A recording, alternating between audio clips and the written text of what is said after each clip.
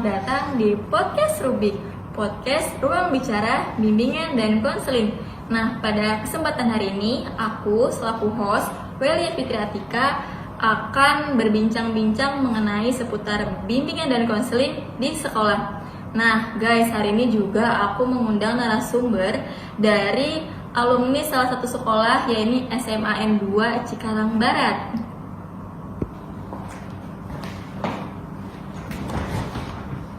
Halo Nia. Halo Kak. Nah, sebelumnya boleh nih kita perkenalan dulu biar pemirsa juga tahu siapa sih alumni Semandu ini. Oke, perkenalkan nama aku Sanamnya Faza. Biasanya itu dipanggil dengan Nia. Dan aku lulusan Semandu itu tahun 2022.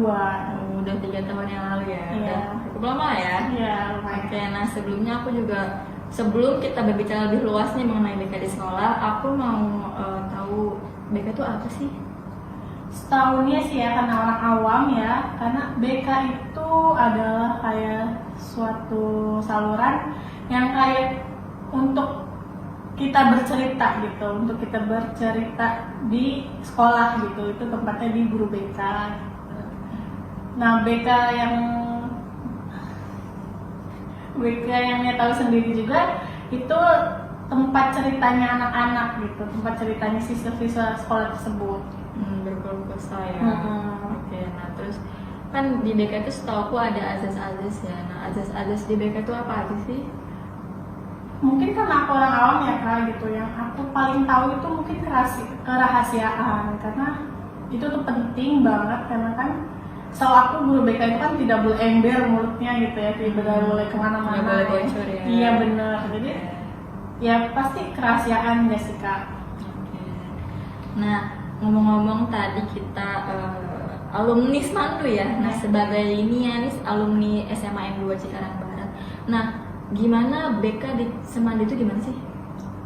BK di Semandu itu alhamdulillahnya di Semandu itu BK-nya tidak terkenal dengan polisi sekolah gitu. Tapi di sana itu terkenal dengan kayak tempat keluh kesahnya anak-anaknya gitu. Anak-anak bandel tuh justru nongkrongnya di ruang BK gitu. Karena anak-anak bandel ini tuh kadang kayak apa-apa dikit-dikit cerita gitu. Bolos pelajaran tuh ke ruang BK anak-anak bandel buat cerita gitu. Ya, jadi BK di Semandu tuh sebenarnya kalau untuk dari sisi berbagi ceritanya itu udah oke banget gitu. Cuma mungkin dari kegiatan-kegiatannya aja sih yang belum ini gitu. Oke. Nah, ngomong tentang BK di Semandu ini, ada nggak sih struktur BK-nya di sana? Oh ada. Di sana itu ada, kalau ibaratnya kalau kepala bagian BK-nya itu ada Bu Hana namanya. Nah di situ tuh di tahun aku itu beliau doang yang megang gitu. Beliau doang yang megang dari kelas 10 sampai 12. Gitu. Jadi emang karena sekolah baru juga gitu. Jadi emang beliau yang megang sendiri gitu. Yang menghandle ya? Iya, yang menghandle tuh beliau sendiri. Tapi maksudnya guru BK di SMAN 2 Cikarang ini hanya ada satu kah atau 2, 3 gitu? Pada tahun aku, karena baru juga aku angkatan ketiga, itu masih satu.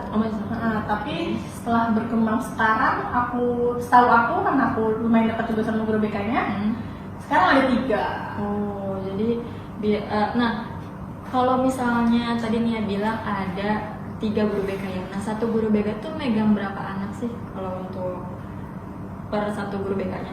Oke, karena sekarang ada 3, jadi per satu guru tuh megang ada kelas 7, 8, sampai 9, 10, 11, 12 gitu.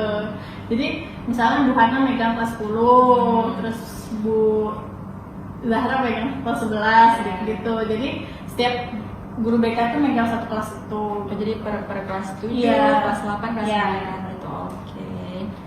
Nah,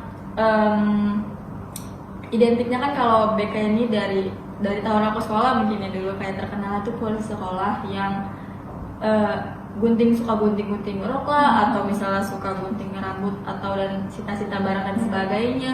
Nah, menurut Nia, apakah BK itu khusus diperuntukkan untuk anak-anak yang bermasalah aja atau enggak juga? Menurutnya sih ya, sebagai orang awam, BK itu sebenarnya nggak harus buat orang bermasalah kok gitu. Ada yang aku bilang tadi kayak anak-anak aja kalau ada jam kosong aja pindah ke BK gitu. Entah tiba-tiba baca catatan gitu yang ada di tembok, mereka baca-baca gitu sih. Jadi nggak harus tempat orang yang bermasalah atau murid yang bermasalah gitu.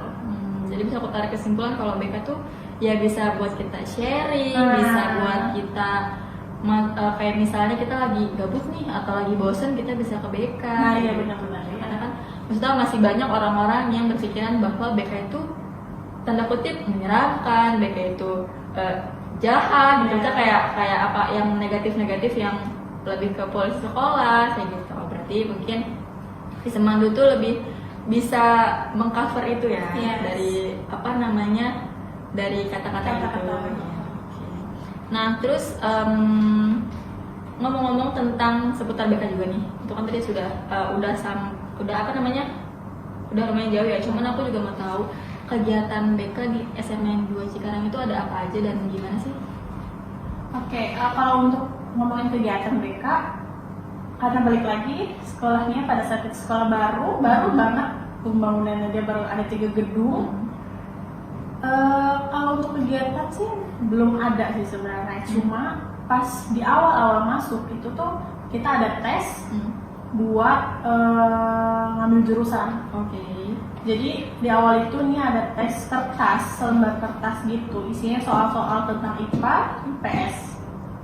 Nah itu tuh soal itu fungsinya buat anak-anak ini taruh di mana nih sesuai kemampuannya. Akhirnya yang dia tahu sih itu ya, tapi aku nggak tahu itu apakah masuknya ke BK atau enggak gitu. Tapi itu yang ada paling yang kayak tes gitu tuh ada di situ gitu. Kalau untuk BK-nya sendiri kegiatannya dia belum pernah lihat sih selamanya di sana tuh belum ada yang kayak konseling bareng-bareng, itu tuh belum ada sebenarnya. Cuma kalau untuk konseling pribadi mungkin ada ya, karena temennya sendiri kalau dia mengalami kebingungan pas mau lulus itu, dia bingung. Akhirnya disaranin sama guru BK-nya ini buat ayo coba ngobrol sama ibu. Akhirnya setelah ngobrol sama beliau, dia bisa menentukan gitu mau kemana nih akhirnya SMA ini. Jadi menentukan karirnya dia entah mau lanjut kuliah atau mau kerja. Oke. Nah, oh ya, by the way Nia juga mahasiswa ya di salah satu universitas di Jatiwaringin. Nah, di sana juga ngambil bimbingan konseling juga. Yes. Nah, kurang lebihnya kan pasti Nia udah ada gambaran nih kayak misalnya di SMA N2 itu waktu zaman Nia mungkin kurang memadai. Ya, kurang terfasilitasi atau kurang memadai gitu ya. Nah, sebagainya calon guru BK nih next gitu. Boleh sampein pesan-kesannya? Kalau untuk pesan-kesan ini untuk di Semandunya atau untuk BK semuanya? Kalau untuk BK dulu deh.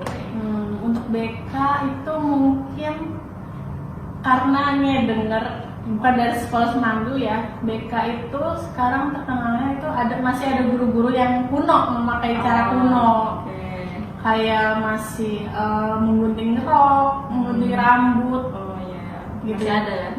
Masih ada, jadi lebih baik sebaiknya dihapus itu gitu, karena sampai sekarang pun masih beberapa sih Nia tuh ngomong ke orang kayak nanti Nia tuh jadi guru BK atau nyeremin gitu, masih ada yang ngomong gitu, masih ada tanda kutip lah ya, masih ada tanda kutip itu, tapi di sekolah lain gitu.